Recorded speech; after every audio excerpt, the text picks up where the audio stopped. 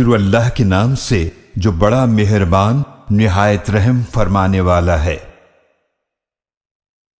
مجھے قیامت کے دن کی قسم، اور مجھے برائیوں پر ملامت کرنے والے نفس کی قسم کہ قیامت ضرور آئے گی۔ کیا انسان خیال کرتا ہے کہ ہم ہرگز اس کی ہڈیوں کو جمع نہیں کریں گے؟ کیوں نہیں، ضرور جمع کریں گے، اور ہم اس پر بھی قادر ہیں کہ اس کی انگلیوں کے پور پور کو درست کر دیں۔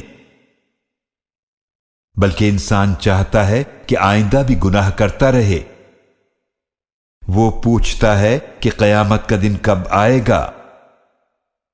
تو جب آنکھیں چندھیا جائیں گی اور چاند بے نور ہو جائے گا اور سورج اور چاند جمع کر دیے جائیں گے، اس دن انسان کہے گا کہاں ہے بھاگنے کی جگہ؟ ہرگز بھاگنا ممکن نہیں، کیونکہ پناہ کی کوئی جگہ نہیں۔ اس دن آپ کے رب کے پاس ہی ٹھکانہ ہوگا۔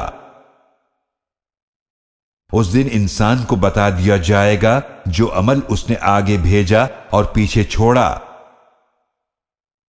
بلکہ انسان اپنے حال سے خوب واقف ہے،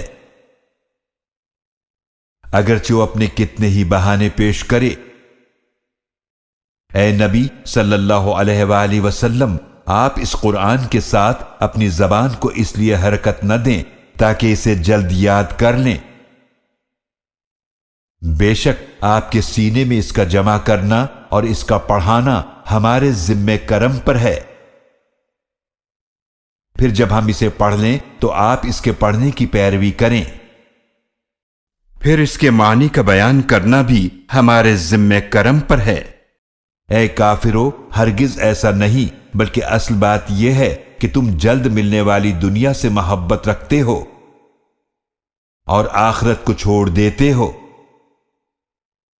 کئی چہرے اس دن تر و تازہ ہوں گے، اپنے رب کی طرف دیکھتے ہوں گے، اور کئی چہرے اس دن اداس ہوں گے۔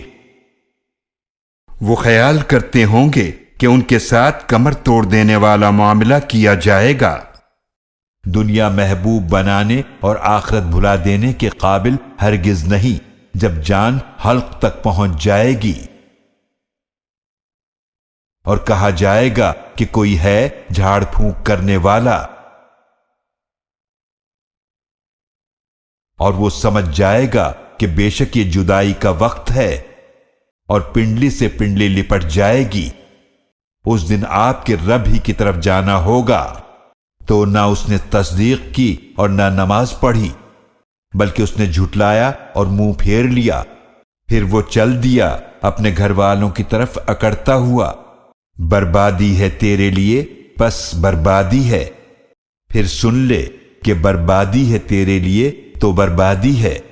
کیا انسان خیال کرتا ہے کہ اسے یوں ہی چھوڑ دیا جائے گا؟ کیا وہ ایک قطرہ نہ تھا اس منی کا جو ماں کے رحم میں ٹپکایا جاتا ہے؟